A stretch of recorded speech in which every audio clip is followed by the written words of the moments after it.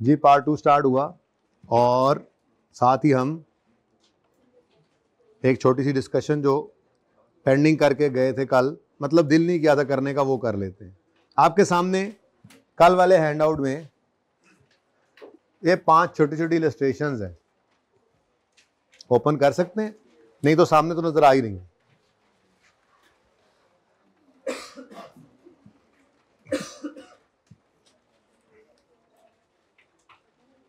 पहला सवाल, हमने डिसाइड क्या करना है कि हम डेप्रीशिएट करें कितने साल पर। ठीक है, depreciate over how many years. ठीक है, तो ये हम देखेंगे यहां पर। अब देखें जी, लीज टर्म 6 साल है, यूजफुल लाइफ 7 साल है, एनुअल रेंटल्स एरियर में है। ऐसे सवाल गिवन होगा ना। ठीक है, अब 2 चीजें आ गई। क्वेश्चन नंबर 3 के अंदर गालिबन ऐसा हुआ था कि 2 लाइफ आई थी, लेकिन मैंने कहा था अभी छोड़ो 4 को, 3 पे चलो। याद है? दूर नहीं है, दिखा देता हूं। ये 3 यूज किया था, 4 को इग्नोर किया था, वजह नहीं बताई थी। आज रूल पढ़ेंगे। ठीक है, अच्छा जी, ownership will transfer to lessee at the end of lease term. अब एसेट की लाइफ कितने साल है? 7 साल। यूजफुल लाइफ कितने साल है? यानी इससे फायदा कितने साल आएगा? 7 साल। और लीज कितने साल की है? 6 साल। अच्छा, तो फिर चाहे लीज 6 साल की भी है, एसेट ने तो 7वां साल भी किसके पास होना है? तो किस लाइफ पर डेप्रिशिएट करना मुनासिब है? डेप्रिशिएट करो ओवर 7 ईयर्स। डेफिनेशन के लिए क्या यूज करो? यानी अगर ओनरशिप ने चलो अभी छोड़ो, आगे चलो, रूल भी बना लेते हैं, आगे बढ़ो। दूसरा केस, ये समझ आ रहा है? सादा सी बात है। अगर लीज टर्म 6 साल है और यूजफुल लाइफ 7 साल है और लीज टर्म के एंड पे एसेट ने लेसी को ही मिल जाना है, तो 6 साल की क्या हैसियत रहेगी? फिर 7 ही है। सारे 7 साल यही इस्तेमाल करेगा इस एसेट को, तो किस पर डेप्रिशिएट कर लेना चाहिए मुनासिब है? 7 साल। आगे चलें, नेक्स्ट। लीज टर्म 8 साल है, यूजफुल लाइफ 10 साल है। At the end of lease term lessee के पास एक ऑप्शन है कि ये इस एसेट को खरीद ले ऑन पेमेंट ऑफ 9 लाख रुपए, और फेयर वैल्यू मशीन की इस दिन एक्सपेक्टेड है 14 लाख रुपए। वैसे तो कोई भी जी शऊर आदमी अगर ये ऑप्शन सामने हो तो ले लेगा। क्या मतलब?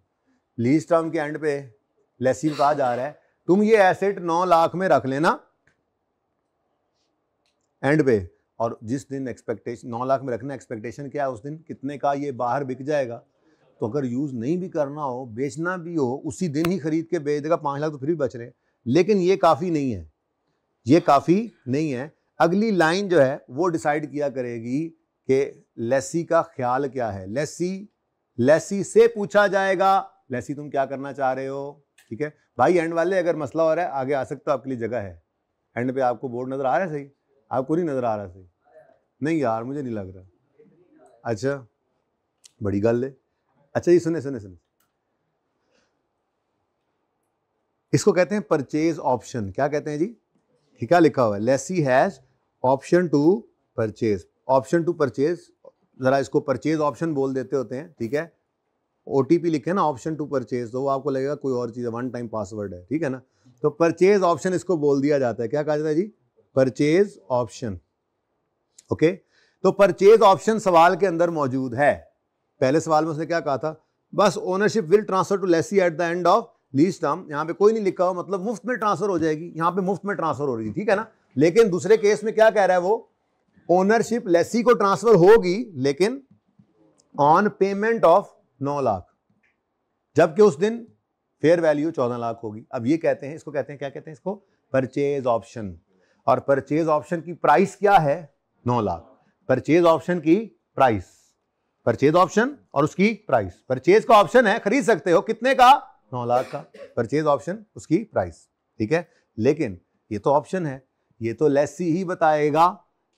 तो लेसी से जाकर पूछेंगे, हाँ भाई लेसी क्या ख्याल है, लीज टर्म के एंड पे ये 14 लाख की फेयर वैल्यू एक्सपेक्टेड जो है इस वाला एसेट 9 लाख में खरीद लोगे? अब ये उसकी मर्जी है, वो कहे हाँ या ना, सवालों में लाजमी लिखा होगा ये। तो हमारे सवाल में क्या लिखा हुआ है?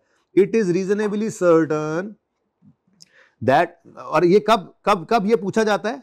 एट इंसेप्शन, एट, हाँ ये सारी एस्टिमेशन हम लगाते कब हैं?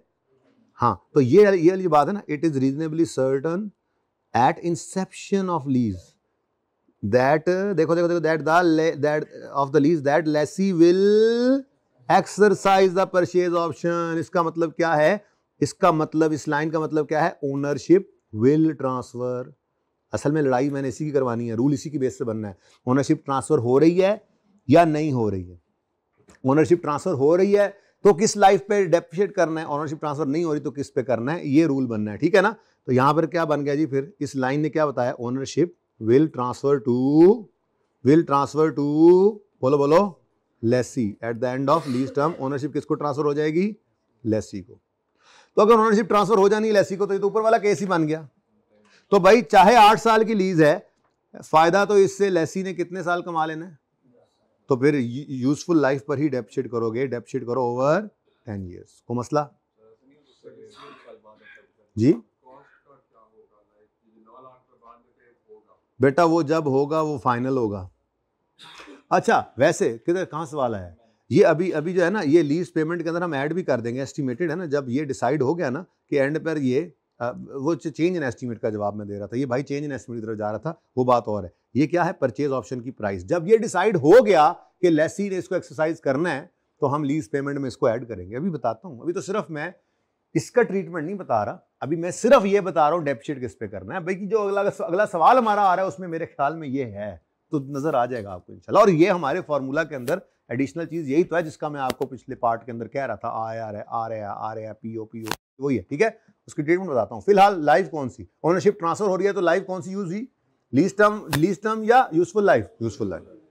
आगे बढ़ो, केस 3, फिर रूल बना लेना, फिर चलते हैं सवाल की तरफ। केस 3, लीज टर्म 12 साल है, यूजफुल लाइफ 14 साल है, एनुअल रेंटल्स हैं इन एरियर, ठीक है।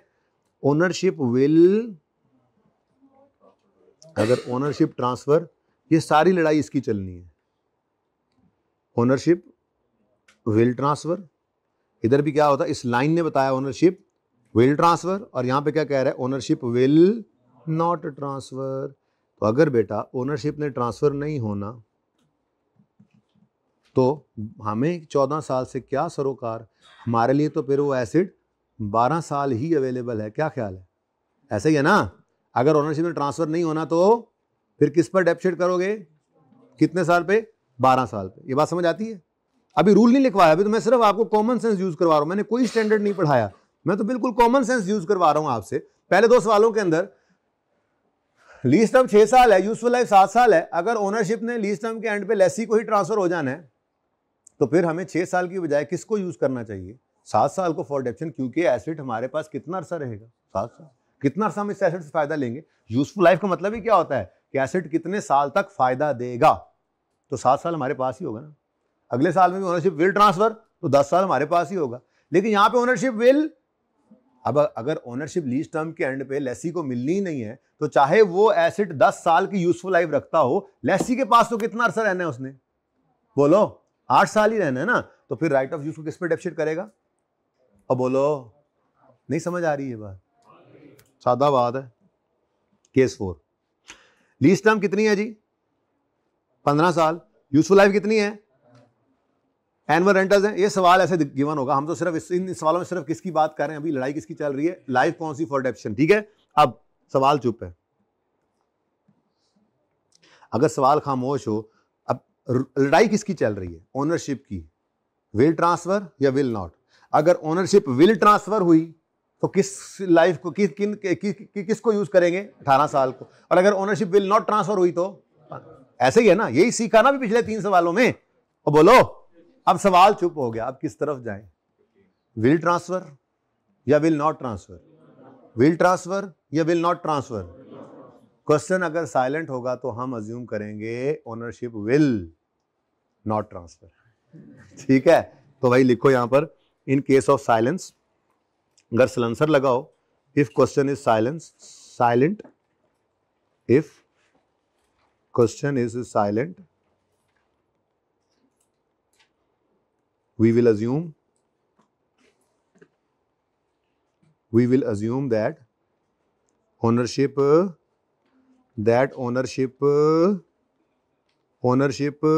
बोलो will not transfer। अगर सवाल चुप होगा तो खुद से नहीं अज्यूम कर लेना, ओके। इवन सवाल परचेज ऑप्शन देता तो मैं कह रहा था आपको कि सवाल खुद बताएगा, लेसी से पूछेंगे, हाँ भाई लेसी इंसेप्शन पे स्टार्ट पे लीज के क्या मूड है तुम्हारा जी, रीजनली सर्टन है, उम्मीद है बड़ी कि मैं ये कर लूंगा एक्सरसाइज। तो फिर हमने कहा था ठीक है ओनरशिप विल ट्रांसफर, ठीक है भाई। थोड़ा सा उधर उधर होता है, थोड़ा सा उधर उधर, थोड़ा सा ये हमें पाँव रखना होता है यार, बेदबी होती है ताड़ी। इंसान और फिर मुसलमान, इससे कीमती कोई चीज़ दुनिया में नहीं अल्लाह ने रखी है। तब तक एक भी ला इलाहा इल्लल्लाह कहने वाला दुनिया मौजूद है, क़यामत नहीं कायम होगी। If question is silent we will assume that ownership will not transfer, okay, to lessee। अब अगर will not है तो यही ऊपर वाला केस 3 बन गया, ownership will not transfer, ठीक है जी। तो फिर डेप्सिट करोगे ओवर, हमें क्या 18 साल से, समझ आ रही है हमें क्या 18 साल से, मैं कॉमन सेंस लेके अभी तक चल रहा हूं, अभी कोई रूल भी नहीं लिखवाया। तो जी अगला सवाल आ गया,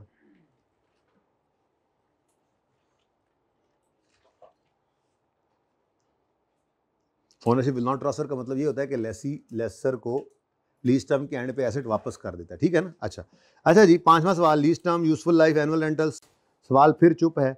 अगर सवाल चुप है तो केस तो वही है ना, सवाल अगर खामोश हो तो क्या करेंगे, ओनरशिप विल नॉट ट्रांसफर वाला केस लेंगे। अच्छा, अब सवाल बड़ा अजीब सा, क्वेश्चन साइलेंट है ना, तो क्या करेंगे, ownership will not transfer.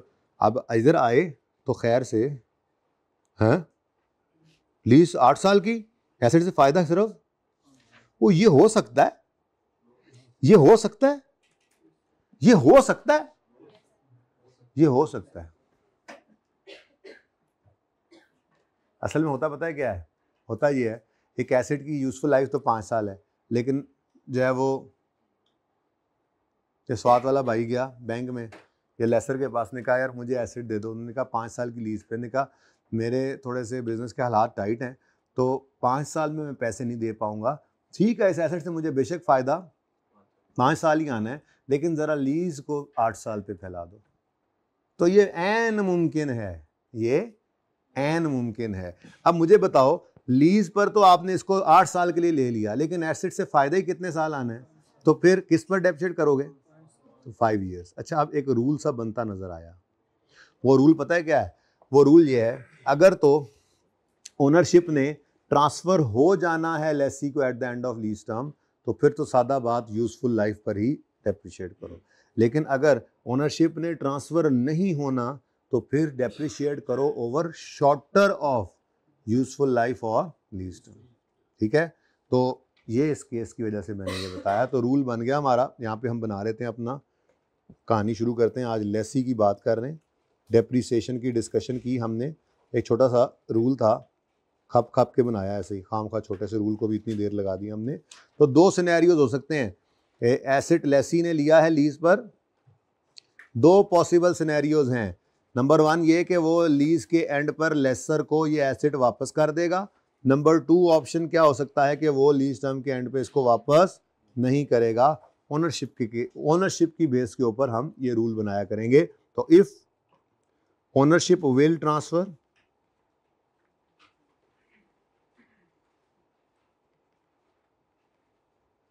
if ownership will transfer to lessee at the end of lease term, at the end of lease term,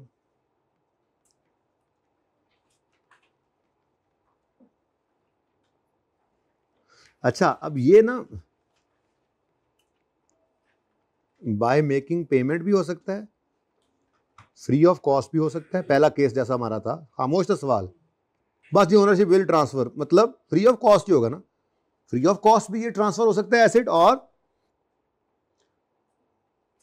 और बाय मेकिंग पेमेंट भी हो सकता है। वो पेमेंट का नाम क्या रखा हमने आज? परचेज ऑप्शन की price, by making payment, purchase option की पेमेंट, ठीक है ना जी, और सही है। तो ये जनाब अगर ओनरशिप विल ट्रांसफर का केस हो, चाहे पेमेंट करके आपने ट्रांसफर कर रहे हैं एसेट उसको, चाहे फ्री ऑफ कॉस्ट लेसी को एसेट मिल रहा है लीज टर्म के एंड पे, बहरहाल लेसी को एसेट मिल रहा है, जैसे भी मिल रहा है, यानी ओनरशिप ट्रांसफर हो रही है लीज टर्म के एंड पर, तो डेप्रिशिएट किया करोगे ओवर यूजफुल लाइफ। क्योंकि क्यों जी, क्यों बोलो, क्यों? डेप्रिशिएट ओवर यूजफुल लाइफ, क्यों जी, क्यों? क्योंकि एसेट रहना ही लेसी के पास है, तो फिर जितनी लाइफ है उसी के ऊपर इसको डेप्रिशिएट कर दो, सही है। और अगर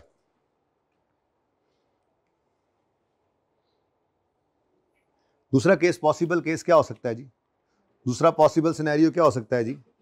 ownership will not transfer, ownership transfer ना हो लेसी, लीज टर्म के एंड पे लेसी को ओनरशिप ट्रांसफर ना हो, ये भी तो एन मुमकिन है, गैन मुमकिन नहीं है। गैन मुमकिन है, एन मुमकिन है? एन मुमकिन है, ठीक है जी। If ownership will not transfer to lessee, will not transfer to lessee at the end of lease term, अगर ये केस हो जाए तो फिर भाई देखो, अगर ओनरशिप मिलनी नहीं है लेसी को, तो फिर जितनी लीज टर्म है उतना ही डेप्रिशिएट करोगे ना, जितना अरसा आपके पास रहना है, ठीक है। लेकिन एक वो बीच में स्पेसिफिक केस भी आ गया था जिसमें यूजफुल लाइफ कम थी और लीज टर्म ज्यादा थी, तो ये नहीं कि फिर पागलों की तरह लीज टर्म पे ही करी जाओ ओनरशिप विल नॉट ट्रांसफर। भाई एक एसेट फायदा ही 5 साल के लिए देता नजर आ रहा है, तो 8 साल पे कैसे डेप्रिशिएट कर सकते हो आप उसको? उसकी यूजफुल लाइफ ही 5 साल है, बाकी 3 साल तो सिर्फ आपने उसकी किस्तें देनी है, आपके पास पैसे नहीं, अरेंजमेंट नहीं थे, आपने उस वक्त अरेंजमेंट इस तरह का कर लिया कि 5 साल फायदा देने वाली चीज है, आपने उसको 8 साल के लिए लीज पर ले लिया, तो एसेट फायदा तो 5 साल दे रहा है, 5 साल पे डेप्रिशिएट करो। फिर वो उस स्पेशल सिनेरियो के लिए रूल स्टैंडर्ड ने इस तरह से बनाया कि अगर ओनरशिप विल नॉट ट्रांसफर वाला केस हो तो फिर डेप्रिशिएट करो over shorter of, depreciate over shorter of number 1 कौन कौन से ऑप्शन है? शॉर्टर ऑफ, यूजफुल लाइफ और लीज टर्म, ठीक है जी। ये हमारा सबसे पहले तो रूल बन गया। अब जब ये रूल बना तो फौरन ख्याल आया, यार वो सवाल में जाके देख ही लें, तीसरा सवाल भी तो ऐसा ही था जिसके अंदर ये मसला आया था, उस वक्त गोली करा दी थी उस्ताद ने, तो जरा आप देख लें। Lease term and useful life is 3 years and 4 years, ठीक है जी। एनुअल रेंटल्स हैं, एनुअली सेमी एनुअल रेंटल्स हैं, इंस्टॉलमेंट्स हैं, एरियर में हैं, लीज इंटरेस्ट रेट गिवन है, कॉस्ट गिवन है, सब कुछ गिवन है, लेकिन कहीं पे कोई इंडिकेशन नहीं गिवन कि ओनरशिप विल ट्रांसफर या विल नॉट ट्रांसफर। तो इसका मतलब नहीं, तो पूरी बात करो ना, रूल तो याद करो। अब इतनी देर लगा के मैंने रूल पढ़ाया हूँ शॉर्टर ऑफ, ठीक है मुझे पता है, लेकिन ढेर सारे टॉपिक्स में जब ये टॉपिक चलेगा तो ऐसे बात याद रहती है ना पर्चे में भी, ठीक है। खामोश है, क्वेश्चन इज साइलेंट, तो क्या अज्यूम करोगे? Ownership will not transfer. अगर ओनरशिप विल नॉट ट्रांसफर हो तो फिर depreciate over shorter of lease term और यूजफुल लाइफ। तो शॉर्टर हमारे इस सवाल में क्या है?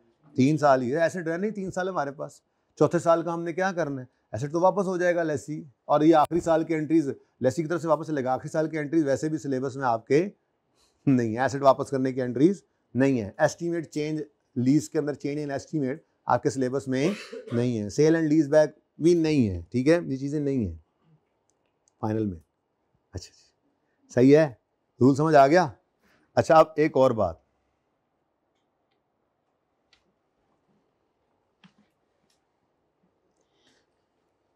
अगर, बल्कि ये भी लिख लें साथ ही, एक स्टार लगाकर मैंने लिखा, if question is silent, question is silent, assume, क्या अज्यूम करेंगे? Assume that ownership will not transfer.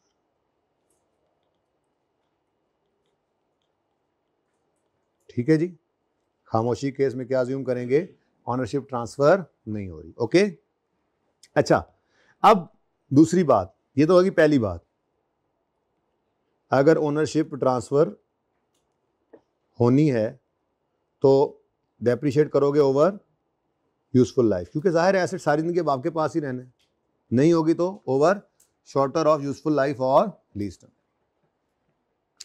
दूसरी चीज, अब फिर लीज पेमेंट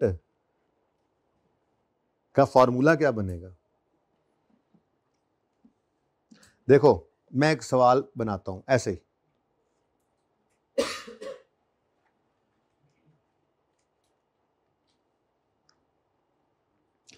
हमने जी एक एसेट लीज पे लिया, उन्होंने कहा बैंक वालों ने भाई 40 रुपए डाउन पेमेंट दे दें, ठीक है, ये क्या आ गई जी? Down payment. फिर रेंटल्स हैं जी, एरियर में कर लें रेंटल्स मसलन, ठीक है, एरियर में रेंटल्स हैं, डाउन पेमेंट करके रेंटल एरियर में 30-30 रुपए के 4 किराए दे दे। हमने कहा जी ठीक है, ये तो कोई इतना मसला नहीं है, डाउन पेमेंट पहले आ जाएगी, बाकी ये किराए, सही है ना? अच्छा, साथ ही सवाल में लिखा हुआ था lessee has an option to purchase this asset for 15 million, ये मिलियन में 15 रुपए, ठीक है, at the end of lease term, and it is reasonably certain that lessee will exercise this option. तो इसका मतलब कि वो परचेज ऑप्शन एक्सरसाइज करेगा, परचेज ऑप्शन की प्राइस पे करेगा और पे करके लेसर से एसेट ले लेगा, मतलब ओनरशिप विल ट्रांसफर वाला केस है। ओके, अब परचेज ऑप्शन की प्राइस कहां प्लॉट करनी चाहिए बता दो, बोलो? एंड पे 15 रुपए भी यहां पे आ जाए।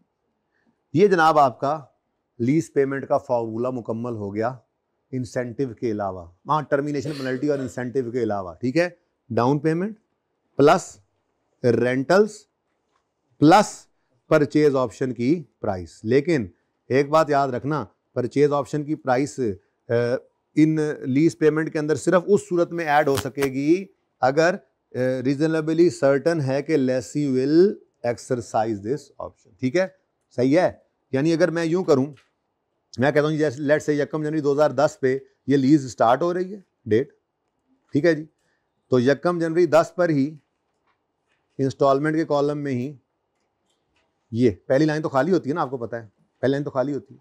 ओके, ये 40 आ गया, ये मेरा सवाल है अभी। फिर 31 दिसंबर 10 भी हो सकता था, 1 जनवरी 11 भी हो सकता था, बहरहाल मैंने एरियर बता दिया जी, 30 आ गया। फिर 30, ये कोई सवाल नहीं है, ये अभी अभी बना है, ये करेंगे भी नहीं है बस, ठीक है, अभी अपना सवाल करते हैं। 30, चौथा किराया 30 तो है, लेकिन 30 में 15 ऐड कर दो इसी दिन, 45। लो, ये ट्रीटमेंट कौन पूछ रहा था पीओ का, अभी सवालों में देखेंगे। फिलहाल तो मैं यहां पर ये सिखाने आया था आपको कि आपकी लीज पेमेंट का फॉर्मूला, अगर ओनरशिप विल ट्रांसफर वाला केस हो ना, ओनरशिप विल ट्रांसफर वाला केस हो, ओनरशिप विल ट्रांसफर वाला केस हो, तो आपकी लीज पेमेंट का फॉर्मूला बनता है down payment plus rentals plus purchase option की प्राइस। लेकिन याद रखने वाली बात क्या है, परचेज ऑप्शन की प्राइस सिर्फ उस सूरत में आपने ऐड करनी है इधर अगर रीजनेबली सर्टन हो के lessee will exercise this option. और अगर सवाल में वो कहे परचेज ऑप्शन की प्राइस तो है, परचेज ऑप्शन तो है, लेकिन लेसी सर्टन नहीं है कि एक्सरसाइज करेगा, तो फिर ओनरशिप भी विल ट्रांसफर के बजाय विल नॉट ट्रांसफर वाले केस में गिर जाएगी, और लीज पेमेंट के फॉर्मूला में परचेज ऑप्शन की प्राइस को ऐड नहीं करोगे। ओके, सही है? ये जनाब आपका फॉर्मूला। अभी बात पूरी नहीं हुई, मतलब ये रूल अभी चल रहा है, यानी दूसरी चीज है ना, वो जीआरवी यूजीआरवी की डिस्कशन है, वो करने के बाद जीआरवी भी एक चीज होती है, वो करने के बाद मैं ओनरशिप विल नॉट ट्रांसफर वाले केस में लीज पेमेंट का फॉर्मूला लिखूंगा। तो क्या ऐड हुआ है आज के सवाल में? सिर्फ डाउन पेमेंट, जिसका ट्रीटमेंट 100% सेम जैसे एडवांस किस्त वाला सवाल था वैसे ही होना है, बस फर्क ये मैंने डाल दिया इसको मुश्किल में, ये मुश्किल डाल दी मैंने, ये मुश्किल सवाल है, down payment plus rentals plus PO, बस मुश्किल सवाल ऐसा ही है। अब क्या होगा, ये 40 डिस्काउंट नहीं होगा, ये 30 के 4 किराए एनविटी से डिस्काउंट हो जाएंगे, ये 15 का फिर सिंपल डिस्काउंट से आ जाएगा। कोई अलग अलग करे उसकी मर्जी है, मसला तो कोई नहीं है, सेम तो हम एनविटी से ही यूज करके टाइम बचा लेते हैं। ओके, कुछ समझ आ रही है? फंस गए हैं मत थोड़ा सा, है ना? नहीं समझ आ रही है? अच्छा, फिर कल छुट्टी करना, फिर ऑनलाइन की नियत कर लेना। अच्छा जी, अब down payment plus rentals plus purchase option की प्राइस। लेकिन परचेज ऑप्शन की प्राइस के लिए ज़रूरी क्या है, ज़रूरी अमर क्या है? बोलो बोलो बोलो बोलो, क्या है ज़रूरी अमर? बेटा बोलो ना, कोई बात नहीं, गलत बोल दोगे तो क्या हो जाएगा, जल्दी बोलो। हाँ, ये लाइन लाजमी लिखनी है, रीजनेबली सर्टन है कि लेसी विल एक्सरसाइज, फिर ये ऐड होगा, ठीक है। तो ये पीओ परचेज ऑप्शन की प्राइस कब यहां ऐड होगी? Only added if it is reasonably certain. ये तो पूरा नहीं आएगा, ऐसे लंबा करके लिखते हैं, ठीक है। Only added if it is reasonably certain, reasonably लिख लिया भाई, मार ले शार्ट भाई, सॉरी, reasonably, वैसे यार अखीर नहीं कर दी इन्होंने। only added if it is reasonably certain that lessee will exercise this option, lessee will exercise this option, ठीक है जी। वैसे बेचारों का ना बस नहीं चल रहा, समय बिस्ती होने दी एड्डी हो गई है ना, उन असल लड़ाई से हैं। नहीं, मैं तो इंडिया वालों की बात कर रहा हूँ, उन्होंने असल लड़ाई उन्होंने एड्डी बिस्ती होगी ना, उन्होंने समझ नहीं आ रही कि किमें असी तो वो सुना ट्रॉफी नहीं ले रहे। मैंने कहा बेचारे बस ज़हनी मरीज बना दिया आप लोगों ने उन बेचारों को, हैं जी। हाँ, टीम ने हमें बनाया हुआ है, उल्लू भी बनाया हुआ है काफ़ी साल से। मैं ये बात कहूँ, असली लड़ाई का थोड़ा जा असरात उन्होंने एड्डे जोर दे पे ने बेचारे, अपनी खुशियों को भी नहीं वो संभल पाएंगे भी नहीं इंशाल्लाह अगले 100 साल।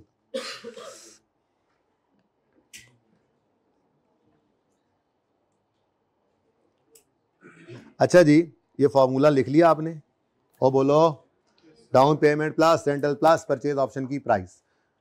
ओहो, एक तो टाइम तो जल्दी खत्म हो जाता है, आज जीआर भी बता देता तो अगला भी रूल कर लेते। खैर एनीवेज कोई मसला नहीं है, ठीक है। ये जनाब हमने डिस्कशन तो तोड़ फोड़ की करनी होती है, ज़रा इससे फ़ायदा होता है, ज़रा चीज़ें हाजमे की तरफ जाती रहती हैं, ठीक है ना जी।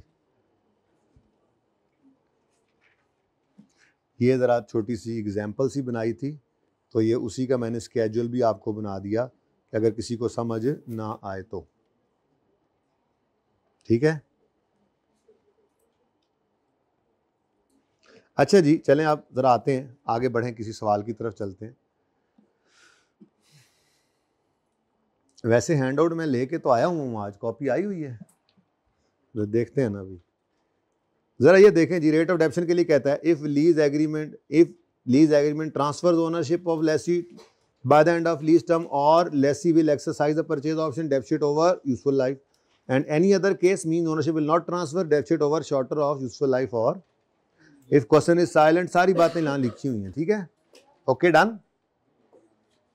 अच्छा चलें आए जी, अब मिरेकल टेक्सटाइल को ज़रा कर लेते हैं मेरे ख्याल से।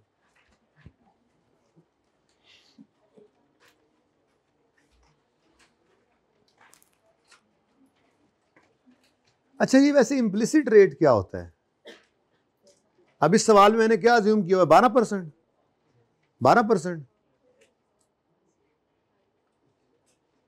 इस सवाल से तो आपको समझ नहीं आएगा, लेसर के सवाल में आएगा, और वो बुक के अंदर होता तो मैं कोई लेसर का सवाल उठा के आपको दिखा देता। एनीवेज चलो कोई बात नहीं, फिर करते हैं। फिलहाल वापस आए क्वेश्चन नंबर 3 के ऊपर। आज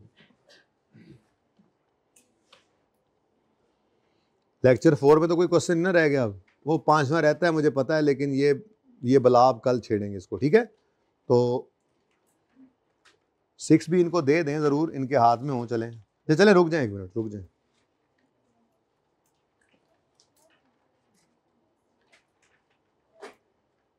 मैं खुद तो देख लूँ ना क्या क्या गुस्से के अंदर मैंने यहाँ डाला था। नहीं हो जाएगा, दे दें इनको, ये एंड भी पकड़ा दें इनको। अच्छा जी सुने, ऑन यकम जुलाई 10 MTL acquired a machine on lease from a bank. Detail of lease are as follows. Cost of machine 20 million. अच्छा, अब NTL कौन है? अभी तक तो आपने सवाल चुके पढ़ी अकाउंटिंग सिर्फ लेसी की है, इसलिए मैं सुकून से इसको कॉस्ट यानी फेयर वैल्यू वगैरह को काट सकता हूं, ठीक है ना? ओके, बोलो। लेकिन मुझे नहीं पता होगा असल सवाल के अंदर लेसी का सवाल भी हो सकता है, लेसर का भी हो सकता है। बहरहाल वो यही कह रहा है, prepare relevant extracts for the year with comparative. बात ही सिर्फ एक की हो रही है, ठीक है? तो MTL लेसी है, तो लेसी के सवालों के अंदर हम क्या करते हैं जी, कॉस्ट ऑफ मशीन को क्या कर देंगे, यानी फेयर वैल्यू हो। कॉस्ट ऑफ मशीन क्या होती है? फेयर वैल्यू पर ही नॉर्मली मशीन हमें कॉस्ट करती है। तो लेसी के सवालों में हम ये कॉस्ट ऑफ मशीन या fair value of machine given हो तो क्या करते हैं? इग्नोर। ओके, क्योंकि हमारा इससे कोई लेना देना नहीं है। हम लीज पेमेंट्स को पकड़ते हैं, उनकी प्रेजेंट वैल्यू निकालते हैं, वहां से अपनी कहानी शुरू करते हैं, ठीक है? अच्छा, the lease term and useful life is 4 years and 10 years respectively. बड़ा फर्क है यार।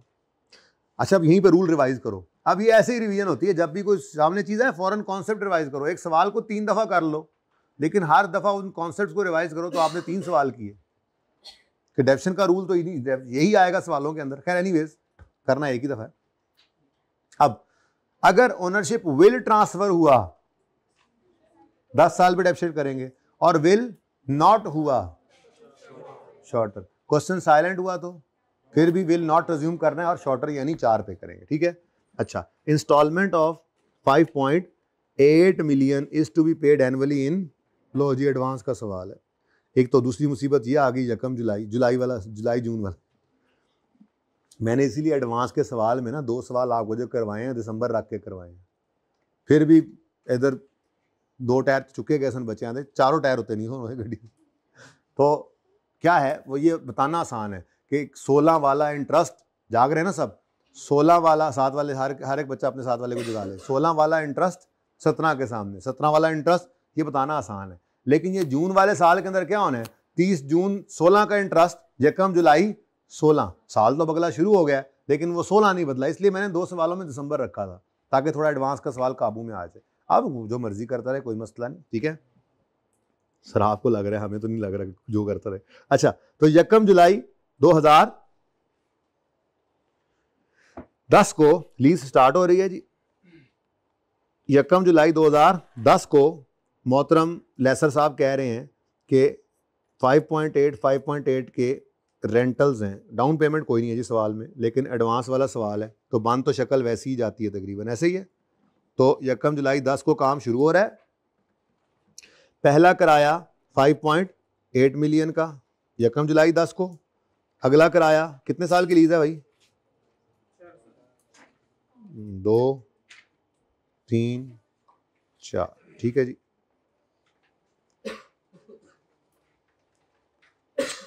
यार ओ भाई, अच्छा मैं अपने लैपटॉप को कह रहा हूँ, आप कुछ नहीं कह रहा। रखे रखे होमवर्क करना होता है, आपको पता है मेरे से आगे चलना होता है आपने। इस दफ़ा चीज़ें बहुत बदल दी हैं। इस दफ़ा आप मेरे आगे आगे, मैं आपके पीछे पीछे। मैं तुहानू अगे लाया, तुसी मैनू पीछे लाया, समझ नहीं आ रही, लेकिन ऐसे ही है ना, है थोड़ा सा काम एडवांस में करके आना पड़ रहा है, लेकिन बहुत फ़ायदा होगा इंशाल्लाह जी। 5.8 5.8 5.8 5.8 5. कितने? 4। अच्छा, यहाँ तक को मसला। 4 साल की लीज है और एनुअल एडवांस की रेंटल्स हैं। तो यकम जुलाई 10, ये बनाया नहीं करते, ये इंशाल्लाह वहाँ पे ही बनाएंगे। अभी वर्किंग वन में बनाऊंगा मैं, लेकिन आपके लिए फिर भी बना रहा हूँ, हालांकि ये बना दिया मैंने, ठीक है जी। अच्छा, उसके बाद कहता है interest rate implicit in the lease is 15.725879। ये कैसे निकलता है? ये एक्सेल की शीट पे समझाना था, देख लेते हैं, अभी समझा दूंगा, मसला कोई नहीं है। ये लेसर निकालता है असल में, IRR बेसिकली ये होता है, या IRR आपने पढ़ा हुआ है, तो एक्सेल की शीट में निकालेंगे, कोई ज़रूरत नहीं है, समझाने के लिए निकालूंगा ज़रूर, लेकिन ये गिवन होता है सवाल में। ओके, ये सारा ही यूज़ करना है। अच्छा, अब at the end of lease term MTL has an option to buy. Purchase option आ गया जी, परचेज ऑप्शन आ गया। दिल धक धक धक धक कर रहा है, क्योंकि यूजफुल लाइफ अब यूज़ हो सकती है एडेप्शन के लिए, अगर लेसी ने ये एक्सरसाइज करने की रीजनेबल एश्योरेंस दे दी तो, ठीक है। परचेज ऑप्शन है on payment of, at the end of lease term MTL has option to purchase the machine on payment of 2 million. The fair value machine at the end of lease term is expected to be 3 million. अब कर लेगा, जेन तो क्या कह रहा है, कर लेगा, लेकिन वो कहते हैं it is reasonably certain that, हाँ कर भी लिया उसने, ठीक है अच्छी बात। तो भाई ओनरशिप विल ट्रांसफर, कौन सा केस बन गया इस लाइन के बाद, ओनरशिप। तो इस लाइन का इंतजार हम करते हैं, तब डिसाइड करते हैं, ओनरशिप विल ट्रांसफर वाला केस है जी। अगर ओनरशिप विल ट्रांसफर है तो आपके लिए 4 नहीं, अब आपके लिए 10 साल की लाइफ फॉर डेप्रिसिएशन जरूरी है, लेकिन लीज तो 4 साल की रहनी है ना। हाँ, लीज पेमेंट के अंदर आपने एक चीज और भी ऐड कर लेनी है, और वो क्या है, परचेज ऑप्शन की प्राइस। और ये कहां पे प्लॉट करोगे आप, लीज टर्म के एंड पर। कितनी है जी, 2 मिलियन, 2.0, ठीक है। तो बेसिकली लीज पेमेंट के बारे में आपको मैंने पहले दिन बताया था कि लीज पेमेंट क्या है, हर वो पेमेंट, हर वो अमाउंट जो लेसी ने किसको पे करनी है, लेसर को, वो लीज पेमेंट है।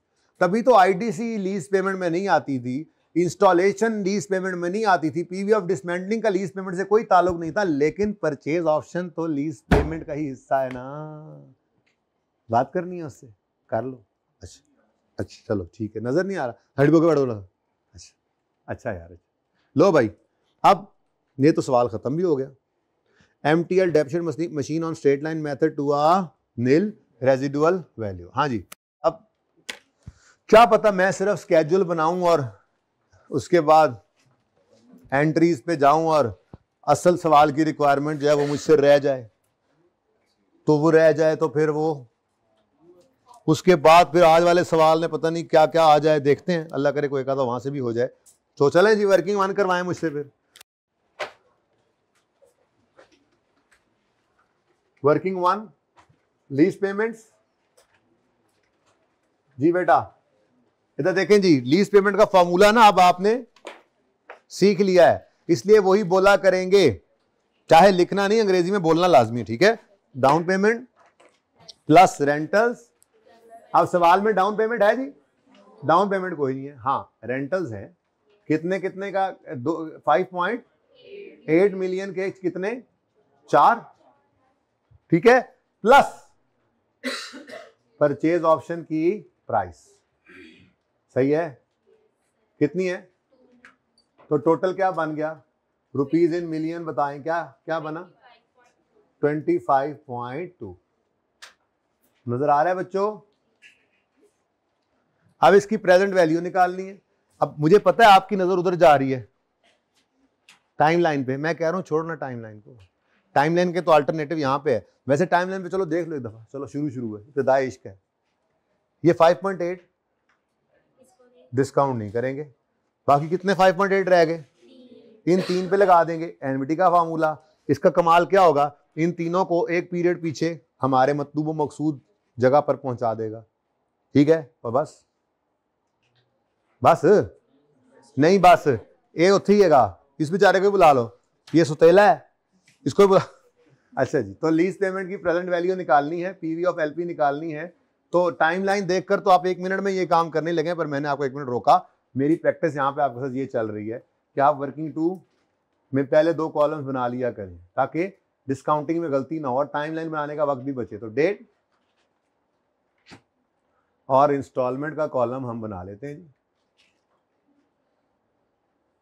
ठीक है जी। तो कमेंसमेंट डेट क्या है जी लीज की, 1 जुलाई 2010।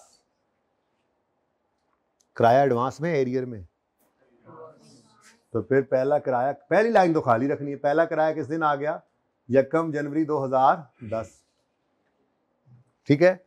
दूसरा किराया आएगा जनवरी क्या, 1 जुलाई 2011, 5.8। तीसरा किराया आ गया 1 जुलाई 2012, 5.8, 4 किराए हैं ना। चौथा किराया आ गया 1 जुलाई 2013, नहीं 2 मिलियन 1 जुलाई 13 की तो नहीं है, यही तो यहां पे बताया था, ये 1 जुलाई 13 पे नहीं है, नजर नहीं आ रहा, ये 30 जून 2014 पे पड़ा है। हाँ, अगर यही सवाल एरियर में होता, धोखा कैसे खाया, धोखा मैंने दिलवाया आपको इस एग्जाम्पल के जरिए। इस एग्जाम्पल में एरियर में किस्तें हैं, तो आखिरी साल एक किस्त भी दी और परचेज ऑप्शन देकर खरीदा भी सही, ये एडवांस का सवाल है, बात समझ आई। लेकिन रूल क्या समझ में आया, परचेज ऑप्शन चाहे सवाल एडवांस का हो चाहे एरियर का हो, परचेज ऑप्शन ने हमेशा कहाँ आना है, सही है। तो जहां पे ये लिखा हुआ था या जहां पे अब वो परचेज ऑप्शन लिखे हुए सवाल के ऊपर लिखा हो उसके ऊपर एक स्टार लगाकर लिखो। अच्छा, इसके अंदर ना मैंने दो चीजें और ऐड करनी है, एक जीआरवी अभी पढ़ाया नहीं है, कल बताऊंगा, इसी जुमले में ऐड कर लेंगे, थोड़ी जगह छोड़ के लिखना जरा दो तीन, ठीक है। जीआरवी पता नहीं क्या होती है, और दूसरा टर्मिनेशन पेनल्टी, ठीक है, लेकिन जुमला यही है। तो जुमला पहले लिख लो, पढ़ा अभी सिर्फ क्या है, परचेज ऑप्शन की प्राइस। तो लिखो सवाल में, परचेज ऑप्शन की प्राइस हमेशा लीज टर्म के एंड पर प्लॉट होनी है। मैंने दोनों सवाल इसीलिए सामने रखे हैं आपके, एडवांस का भी और एरियर का भी, ठीक है। तो लीज टर्म हमेशा लीज टर्म के एंड पे प्लॉट करेंगे, परचेज ऑप्शन की प्राइस को हमेशा लीज टर्म के एंड पे प्लॉट करेंगे, सही है। पीओ प्राइस हमेशा लीज टर्म के एंड पे प्लॉट करेंगे। अच्छा बेटा देखो, एडवांस का सवाल है तब भी ये अपनी जगह पे है।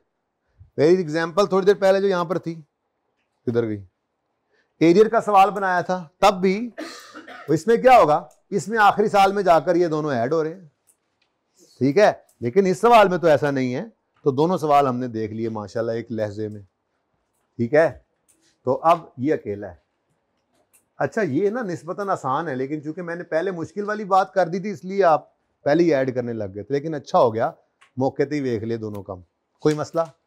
अब इधर देखो, हमें किस दिन ये वैल्यू सारी की सारी चाहिए, यकम जनवरी 10, सॉरी यकम जुलाई, पहला सवाल जुलाई का आया ना, यकम जुलाई 10 पे ये ऑलरेडी मौजूद है, इसको कुछ ना कहो, ठीक है, प्लस बाकी कितने रह गए, ये 3 5.8, ये अलग है ना, ये एनवीटी में तो नहीं घुस सकता, लेकिन 5.8 तीनों को अलग अलग लाने में बड़ा टाइम लगेगा, तो इन तीन को तो एनवीटी लगाओ, ठीक है। तो इन तीन पे लगाया। अब ये वो एडवांस वाला सवाल ही है, बस पीओ ऐड हुआ है इस सवाल के अंदर, और तो कुछ नहीं हुआ, ठीक है। 5.8 इंटू 1 माइनस 1 पॉइंट, ओए होए 1572 5879 टेलीफोन होता था ना एक इश्तेहार 0900, अच्छा प्लस, अच्छा जी क्या 15 बोलो 725879 रेस टू पार कितने हैं ये बेचारे, 5 4 8 3 है, ये -3 लिखा है मैंने, ठीक है, डिवाइडेड बाय माशाल्लाह से 0.15725879 टेलीफोन, ले जी, this is it. What is this, rate है और क्या है, जरा राउंडिंग का डिफरेंस निकल जाएगा। अच्छा, उसके बाद कौन है जी, कौन है ये तो पीओ है। अब ये पीओ कहां पड़ा, इधर देखो एंड पे। अब इसको वापस बुलाना है सिंपल डिस्काउंटिंग से, यहां पे n number of cash flow नहीं होते, यहां पर n number of years he होते हैं, ठीक है, पीरियड्स ही होते हैं। तो 30 जून 14 पे खड़ा है, तो 30 जून 14 से वापस बुलाओ यकम जुलाई 13, यकम जुलाई 12, यकम जुलाई 11 और यकम जुलाई 10, कितने साल वापस आया। यहां पर देखना मुश्किल था, यहां तो बड़ा आसान लग रहा है ना, ये देखो, लेकिन इसमें टाइम भी तो ज़ाया हुआ है ना, लाइन बनाना है, ये करना है, वो करना है, क्यों टाइम ज़ाया करें, वहीं से सीखेंगे इंशाल्लाह, 1-2 दिन में प्रैक्टिस हो जाएगी। ये देखो 2 कितने साल पीछे आएगा, 1 2 3 4, तो सही है, नहीं समझ आई, समझ आई बेटा आपको।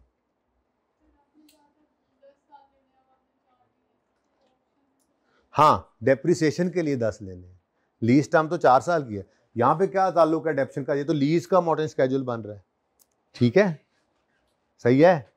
अच्छा जी, तो ये 2 को पकड़ो, उसे कहो चल भाई आजा, तेरे भी हम जिन निकालें, सो इधर ही ले आओ, प्लस 2 मिलियन है, ऐसे ही है।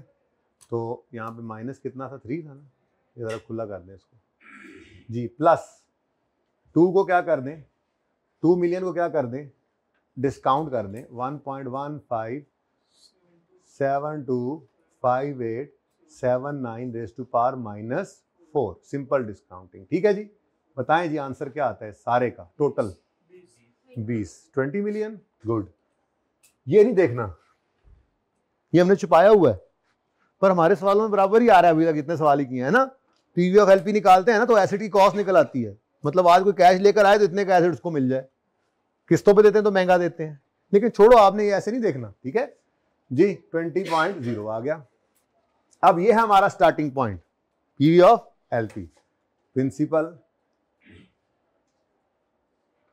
और इंटरेस्ट और बैलेंस। ले जी, अब सवाल में कुछ रह गया? मतलब यही है ना कि आप लोग समझे इस बात को। अब एडवांस का सवाल है, करना मैंने ये है खुद, लेकिन पहले आप एरियर का सवाल, एडवांस का सवाल, चीजें क्या ऐड हुई? सिर्फ एक ही चीज है, एक रूल ऐड किया मैंने डेप्रिसिएशन की लाइफ वाला, और दूसरा परचेज ऑप्शन की प्राइस। अब हमारा स्केड्यूल भी वैसा ही है, बस 20 का यहां पर इंटरेस्ट आ जाएगा। एडवांस के सवाल में पहला नहीं होता इंटरेस्ट, ओके, तो ये तो ऐसे ही आ जाएगा। ये 5.8 का 5.8 प्रिंसिपल, ये बैलेंस, ऐसे ही फिर चलता जाएगा चलता जाएगा चलता जाएगा, और एंड पे आपका यहाँ पे ऑलमोस्ट 0 या 0 हो जाएगा। करेंगे पूरा कल, लेकिन आप अब क्या करोगे? मैंने कहा नहीं बंद करें, मैंने एक और सवाल भी अगला पढ़ना है, अल्लाह करे अल्लाह करे अल्लाह करे अल्लाह करे वो भी आपको होमवर्क में दे सकूं। वैसे 2 सवाल हैं, लेकिन मुझे लगता है एक तो पक्का दे लूंगा होमवर्क में, एक में ना लीज इंसेंटिव आ रहा है उल्लू वाले सवाल में। मैं देख लेता हूँ, लेट मी बेटा जी, लेट मी, मैं तो उस्ताद लगा है जी, तुम शागिर्द लगे हो मेरे। फिलहाल ये सवाल देखो, स्केड्यूल पूरा हो जाएगा, मेरी फरमाइश पे पहले आप जनरल एंट्रीज कर लेना, लेकिन सवाल में क्या रिक्वायर किया गया है? बैलेंस शीट के पीएनएल के एक्सट्रैक्ट्स, और वो भी किस साल के? 30 जून, तो 30 जून 12, तो सिर्फ 13 बनाकर काम चल सकता है, लेकिन कोई नहीं, एक आ गया, पूरा कर लेना, पहली दफा पीओ आया, ठीक है, तो सही है ना। ये सवाल पर्चे का है, पास पेपर का है, कितने नंबर का है? 7 हैं? चेक कर लो, अब 16 नंबर वाकई चेक कर लो, फिर आप 16 नंबर करने काबिल हो गए हो, इतने काबिल अल्लाह ने आपको कर दिया है। मैं कल कराऊंगा सवाल, जल्दी करा दूंगा, पर कराऊंगा जरूर, लेकिन पहले आपने करके आना है, ठीक है। अच्छी बात ये अभी किताब नहीं आई ना, तो सोल्यूशन नहीं है, तो इंशाल्लाह अच्छी एफर्ट करेंगे। डन, सही है क्या? ये आप देखोगे ना, देखो यहां पे खड़े होंगे तो 1 to 2, यहां पे मिसाल के तौर पे आप यहां खड़े हैं तो 1 to 2, ये नहीं, ये यहां पे खड़े होगे ना, आप कहां खड़े होगे? ये खड़े होगे ना, ये तो लेस देन 1 के अंदर क्या आएगा? क्यों? ये उसके बाद है।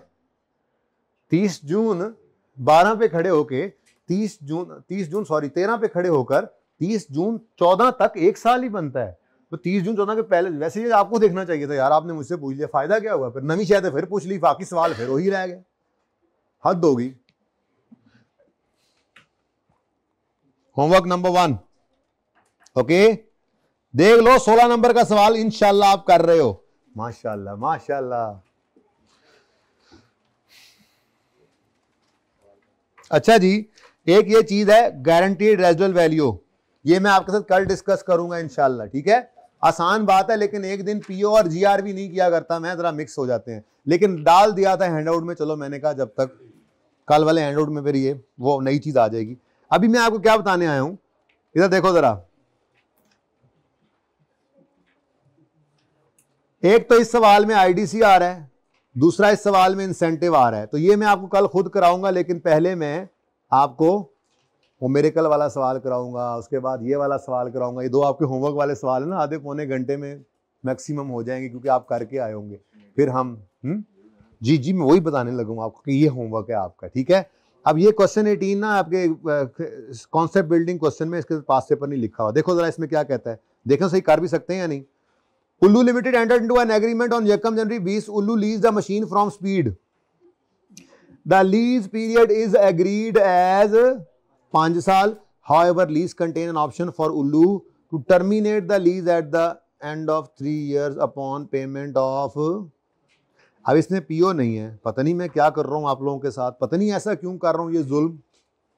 डाउन पेमेंट 2 मिलियन है, यूजफुल लाइफ 7 साल है, फर्स्ट एनुअल इंस्टॉलमेंट 12 मिलियन की है, और सारी वो कब पे होगी? 31 दिसंबर 20 पे, और सारी की सारी भी इसी तरह से 31 दिसंबर पे पे होती जाएंगी। इंटरेस्ट रेट है, फेयर वैल्यू ऑफ मशीन है। अब उल्लू कौन है? लेसी है, तो इसको साइड में करो ना, इसका क्या काम है। अब कहता है रीजनेबली सर्टन है कि एक्सरसाइज करेगा टर्मिनेशन ऑप्शन, और रीजनेबल सर्टन है कि नहीं करेगा। अब दो सवाल बन गए। देखो कितनी ज्यादती कर रहा हूं आपके साथ, पढ़ाया कुछ और पर्चे में आपको टेस्ट आपको कुछ दे दिया है, टेस्ट ही है ना एक तरह का। देखें भाई कोई बात नहीं, यही तो दिमाग को सिखाना है। ये दोनों सवाल मैंने कल आते साथ कराने, लेकिन मेरी खुशी क्या है, आप अटेम्प्ट करके हैं। गलत होगा ना, एक सफ़ा ज़ाया होगा, 6 महीने बच जाएंगे, और सही होगा तो जो कॉन्फिडेंस अल्लाह आपको देंगे उससे वो पर्चे में आपके हेल्प करेगा। ठीक है, अब सुनो करना क्या है। कहता है 5 साल की लीज है, लेकिन तीसरे साल के एंड पे टर्मिनेट कर सकता है। लेट्स सी, पहले केस में कह रहा है कि वो टर्मिनेट कर देगा, तो फिर 5 साल तो ना हुए, फिर तो 3 साल हुए। सुनो सुनो, बड़ी अहम बात कर रहा हूँ। एरियर का सवाल है, एडवांस का। फिर एरियर हो गया यार, तो आसान हो गया। चलो कोई बात नहीं। 1 जनवरी 20 पर डाउन पेमेंट आएगी, कितने की 2 मिलियन। फिर 31 दिसंबर 2020 पर 12 मिलियन, 31 दिसंबर 2021 पर 12, 31 दिसंबर 2022 पर 12। ये तीसरे साल का एंड आ गया। पार्ट ए क्या कहता है, टर्मिनेट कर देगा। तो बस 3 साल पे एंड हो गया काम, आगे नहीं जाना। लेकिन जैसे पीओ नहीं आया एंड पे, ऐसे ही टर्मिनेशन पेनल्टी आ जाएगी एंड पे, क्योंकि ये भी तो लेसी ने लेसर को ही देनी है। ये दोनों सवाल मैंने करवाने हैं कल। कसम उठवा लो अगर जिंदा रहा तो, कसम ना उठवाओ, अगर जिंदा रहा तो करवाऊंगा। लेकिन देखो ना, थोड़ा सा दिमाग को इस्तेमाल कर रहे हैं, थोड़ा हाथ पांव मार रहे हैं, हो रहे हैं सवाल, तो कॉन्फिडेंस आएगा ना इससे। अच्छा, दूसरे केस में क्या कहता है। अब ये पूरा सवाल ऐसे करोगे 3 साल की लीज समझकर, लेकिन तीसरे साल के एंड पे क्या होगा, ये ऐसे है ना, ऐसे थोड़ा सा ऐसे, ये 2 मिलियन आ गया, फिर एरियर कराया 12 12 12 और 4। देखा तो नहीं किसी ने, ज्यादा समझ आई। ऐसे करना है। अच्छा, जब आएगा दूसरा केस तो उसमें क्या है, 5 साल की लीज ही अज्यूम करेंगे, क्योंकि वो क्या कह रहा है, वो एक्सरसाइज नहीं करेगा टर्मिनेशन ऑप्शन। तो जब 5 साल की लीज है तो फिर 4 मिलियन की पेनल्टी नहीं आएगी। 5 साल की नॉर्मल लीज है, जैसे आप कितने सवाल कर चुके हैं। अब ये सवाल आप ना करें और कहें हम तो लाइन के बेगर्स हैं, हमें करवाओगे तो हम करेंगे, तो रहती आप लोगों के अपने साथ, मैं तो करवा दूंगा। ठीक है, तो ये 2 सवाल आपके होमवर्क हैं। पास पेपर 3 मिरेकल, क्वेश्चन 18 उल्लू। ठीक है, ओके उल्लू। कल मिलते हैं इंशाल्लाह। अल्लाह हाफिज।